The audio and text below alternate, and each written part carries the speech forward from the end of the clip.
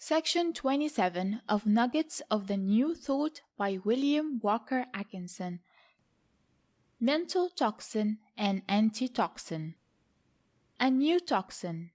The microbes in the thoughts we think. The new antitoxin. Thoughts may poison. Fear causes paralysis. Hate causes insanity. Fear and hate have killed their thousands. Gates experiments. How to overcome the poison of bad thinking. In these days of toxin and antitoxin, of poison in sausages, oysters, canned beef, ice cream, of antitoxin serums that often are more deadly than the original toxin, for the prevention and cure of tuberculosis, leprosy, pneumonia, typhoid fever, tetanus, bubonic plague, diphtheria, and the rest of the list, it requires courage to call the attention of the public to a new toxin, even if at the same time we furnish an antitoxin that antitoxicates.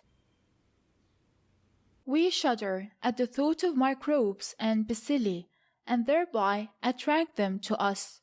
We filter our drinking water after boiling all the life out of it. We develop into microbe hunters and see poison in everything we wear, eat, drink, or breathe. But we overlook the microbes in the thoughts we think. We encourage the enterprising doctor in his giddy chase after the nimble dollar as he produces antitoxin serums to order. The poor broken-down cart horse is worked overtime in producing filthy pus and serum for the serum maniac to inject into our circulation, but we overlook the pure, harmless, powerful antitoxin obtained fresh from the cells of the brain, right thinking. That thoughts may poison is a well-proven fact. Depressing thoughts interfere with the cerebral circulation, impairing the nutrition of the cells and nerve centers. The result is that the organs and tissues manifest lost or impaired function. Loss of general nutrition follows, and a breakdown is inevitable. Fear, worry, anger, envy, jealousy, and other negative thoughts reflect themselves most disastrously in the human system. Fear has paralyzed nerve centers and turned the hair white overnight. A mother's milk has been poisoned by a fit of anger. Fear and hate, father and son, have produced insanity, idiocy, paralysis, cholera, jaundice, sudden decay of teeth, fatal anemia, skin diseases, erysipelas, and eczema. Epidemics owe their rapid spread and heavy death rate to fear and ignorance. Epidemics may kill their dozens. Fear kills its thousands. All the brood of negative, fearful, selfish, hateful thoughts manifest themselves in the physical conditions.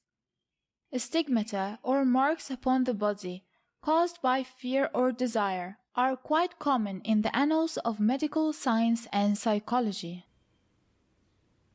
Professor Gates of the Smithsonian Institution, Washington, D.C., in his investigation of the effect of the mental states upon the body, found that irascible, malevolent, and depressing emotions generated in the system injurious compounds, some of which were extremely poisonous.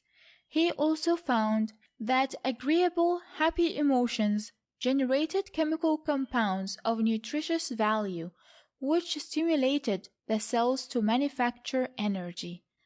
He says, "Bad and unpleasant feelings create harmful chemical products in the body, which are physically injurious. Good, pleasant, benevolent feelings create beneficial chemical products which are physically healthful. These products may be detected by chemical analysis in the perspiration and secretions of the individual. More than 40 of the good and as many of the bad have been detected. Suppose half a dozen men in a room.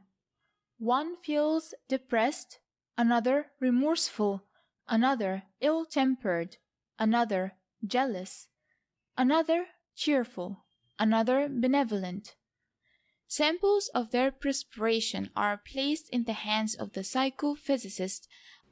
Under his examination, they reveal all these emotional conditions distinctly and unmistakably.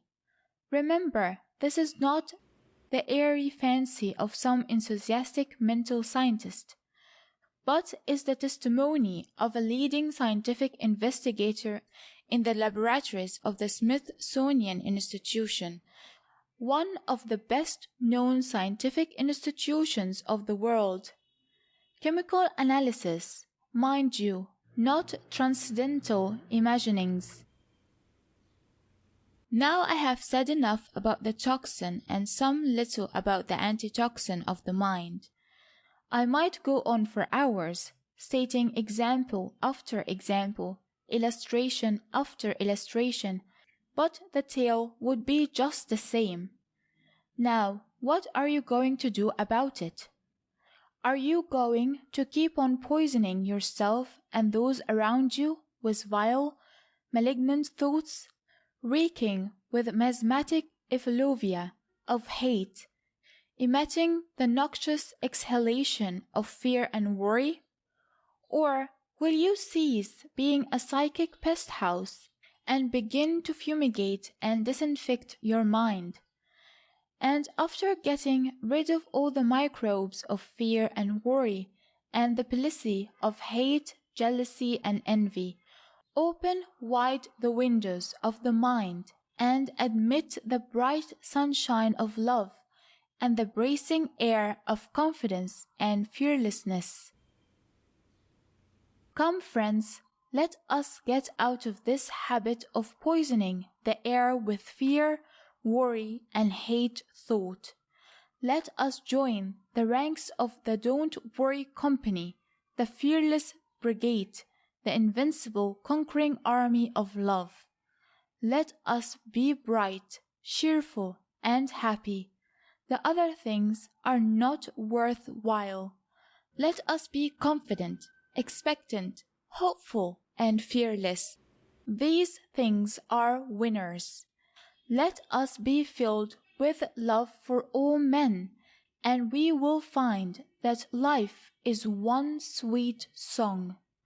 Love, faith, and fearlessness are the ingredients of life's great antitoxin.